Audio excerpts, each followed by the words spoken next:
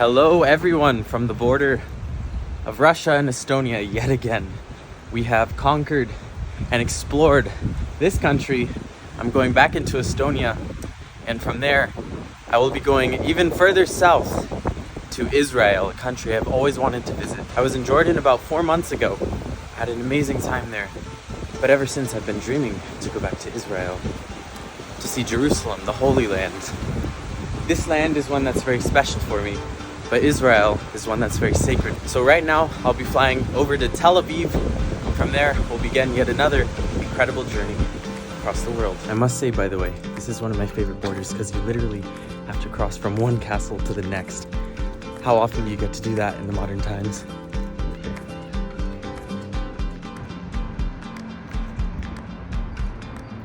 Just like it never happened back in Estonia. Сопла повернуть, и тогда подует холодный воздух. Кондиционер. Да, если кому не надо, можно не включать вот здесь. I just came back to Tallinn, where this crazy journey began about a week ago. Actually, 8 days ago now. Feels like ages. And it's already night, as you can see, about 9 p.m. And there's that northern sunset, which is just starting to turn into the midnight sun. And tomorrow I have a flight back to Tel Aviv, as I said. But this flight isn't directly to Tel Aviv. No, it goes from Tallinn to Vienna, where I live and study. And I'll have a 2-hour layover there, in which I'll have to run home as fast as I can to get new clothes, because I'm not going to be wearing this leather jacket in 30 degrees in Israel.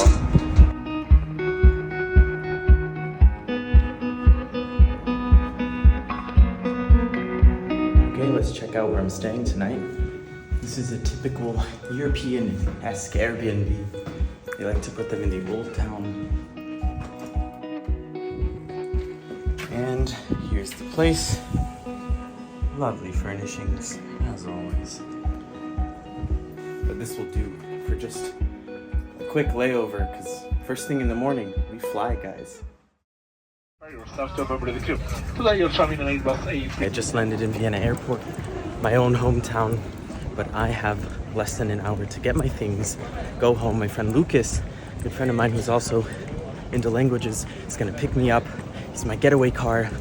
I'm gonna get home, switch out all of my clothes for something more appropriate for the Israeli weather. And then my flight to Tel Aviv will be right over here in Gate D. And luckily I only live about 15 minutes away from the airport by car. So I just gotta speed run this thing, starting now.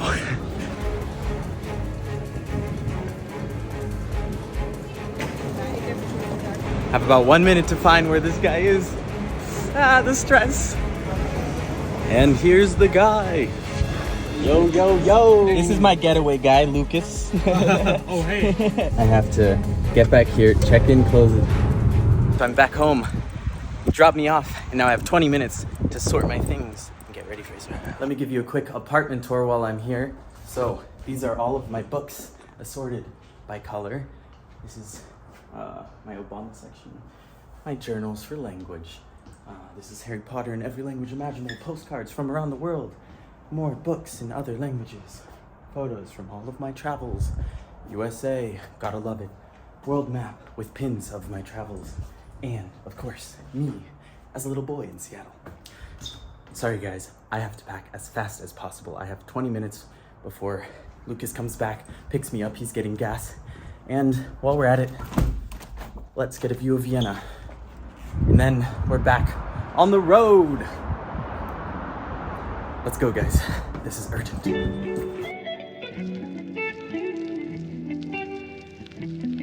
I'm right on time. Let's go, guys. And here's the carnage. I've got some cleanup to do when I get back home. And there's Lucas. We made it. Let's go back to the airport. Mr. Schaft. We made it to the airport, safe and sound, 1 o'clock, so Perfect. We actually have time. And Great. yeah. And wishing you a safe flight. Absolutely. And see you when you get back. Yeah, I'll see you when I see you. Tell you all about Israel. That's how we do it here at the Planet Projects. And just like that, it's time to say goodbye to Vienna. And in a few hours, we say Hello, Israel.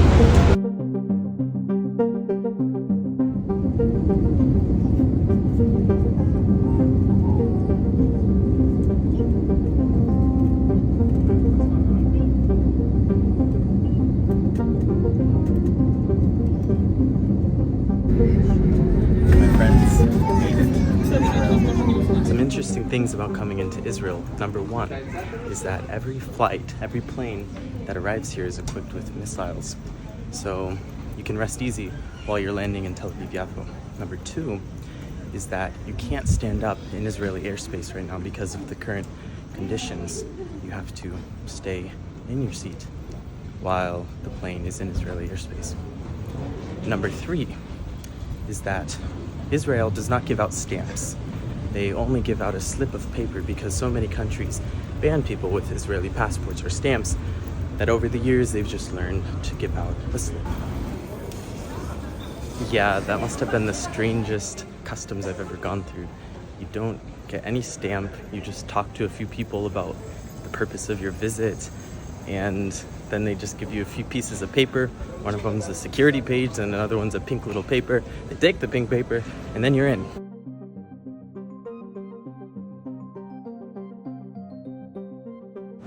And this is the train to Jerusalem.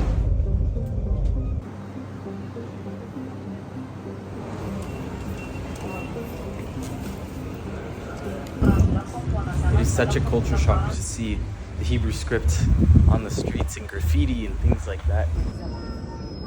So my stay is somewhere in this alley, but I am not crossing the path of that thing. Nope, you go first. I can actually read Hebrew quite well, but the problem is I don't speak it very conversationally at the moment. I've studied it on and off and currently on, but the problem is that when I take breaks, I tend to forget my Hebrew. The good news is there are so many languages spoken here in Israel, from Yiddish, which is similar to German, Russian, which is spoken by about 15 to 20% of the people, and of course English. So if my Hebrew fails me, there's always those other languages.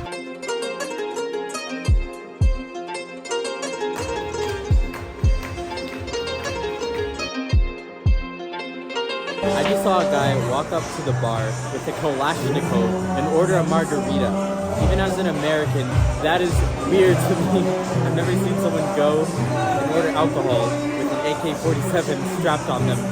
I found my place, which is a miracle because I booked this on the train here, to be honest. I'm very spontaneous like that, but thank goodness they responded. It's about 11 p.m. because I thought I would be sleeping on the streets tonight. And it's a little frigid here, actually. And thankfully, they responded so I can get this lockbox, go inside, and have a good night's sleep. Because I'm tired from going from Estonia to Vienna. And now finally, guys, Jerusalem. But let's get a good night's sleep. Leitraut. And we'll see each other tomorrow. Good morning, one and all, from Jerusalem. I don't know how you guys slept, but I slept like a baby. And today our plan is pretty simple. We're gonna go into the old city, right down that way. I have a few days here, so there's no rush whatsoever. It'll never not be weird to me to be in an ancient city like this and see something like a Wolt, a food delivery service. Oh, how the modern and the ancient mix here in Jerusalem. Just had a bagel at this spot over here, very Jewish, very delicious.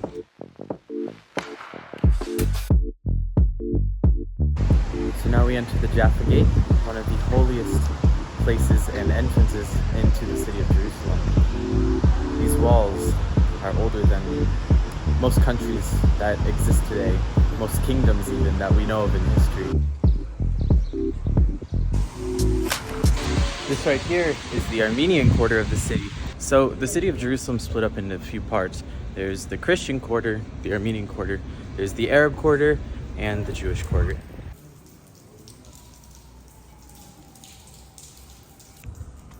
So the story of Armenians here in Jerusalem starts way back in the 300s. They were one of the first countries to adopt Christianity, and ever since then they had been moving to Jerusalem, the holy city.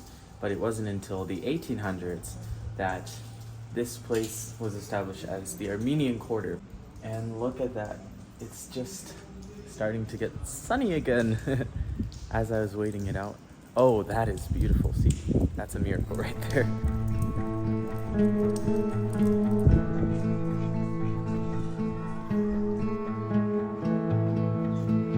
See, I've been to Armenia twice. I've basically seen every town and village in that country. I love it so much, so it's a bit nostalgic to be back here with the Armenian peeps after a couple years.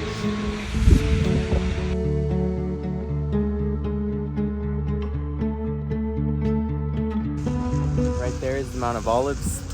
This is where it says in the Bible that Jesus will return. In a cloud, right there. It would be awesome if it were right now, because I'd have front row seats, but next time. Jerusalem, all to myself. Because when they step in the water, they don't want to wear under their coats a special garment. And right here in this church is where Jesus was condemned to death by the Romans and the Jews conspiring against him, the Pharisees, the Roman governance here in Israel. It was in here where they used the flagrum, which was a device that would, when whipped on your skin, it would also tear out your muscle and flesh as well. It was a very painful experience. And Jesus went through this before even being put on the cross. After that, he had to carry a 200-pound piece of wood.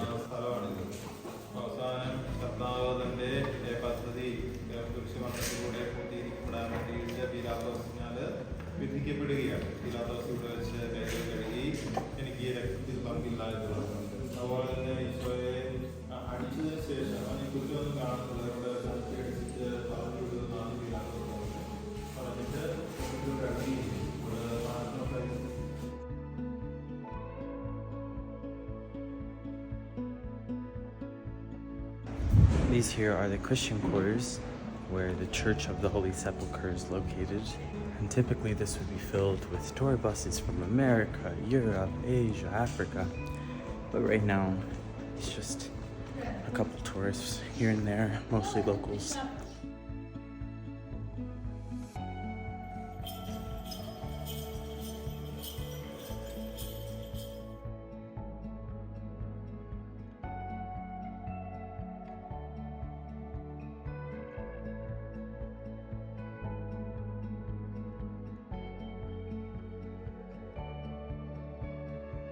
We're gonna cross into the city using the Damascus Gate right in front of me, and from there, we'll make our way to the Dome of the Rock. Let's see how easy or difficult it is to get into East Jerusalem right now.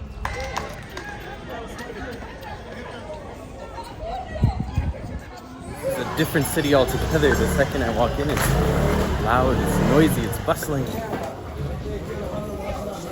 Now we're on the Via Dolorosa. This is the path that Jesus took on his last day. And, well, it's quite crowded here. There's a lot of soldiers, but I'll try to show you as much as I can on our way to the Dome of the Rock.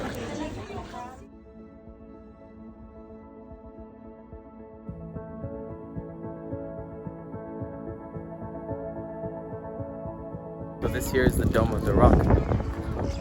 It's the site where Muhammad is believed to have ascended, but also the site of the Second Holy Temple in Judaism. Right where I'm standing is an amazing view. You can see the Church of the Annunciation, Christianity's holy site, Dome of the Rock, and right in front of me over here, Hakote, the Western Wall.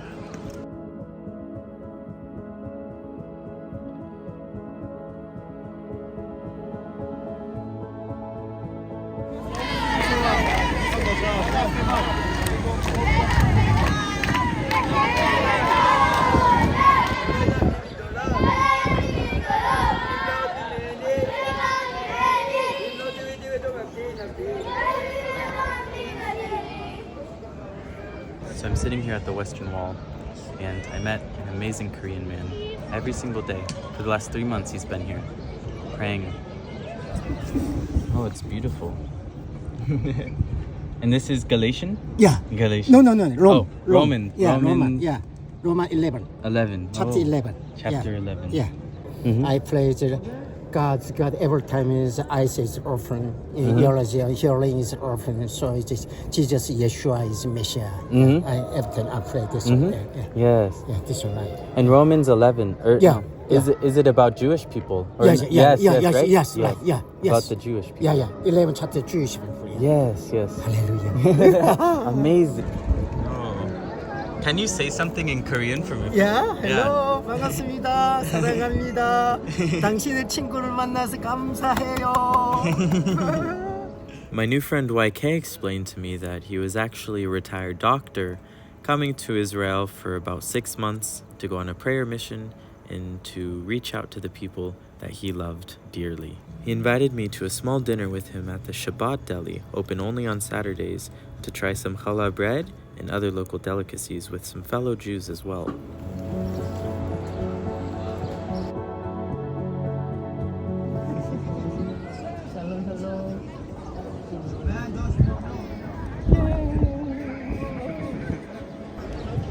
And even seconds after we finished eating, he would never miss a single moment to send a positive message to a fellow person at the Western Wall. It inspires me that you sit here every day and pray. But not just pray, you also you give messages. It's very powerful. Yes, Very Amen. powerful. Amen.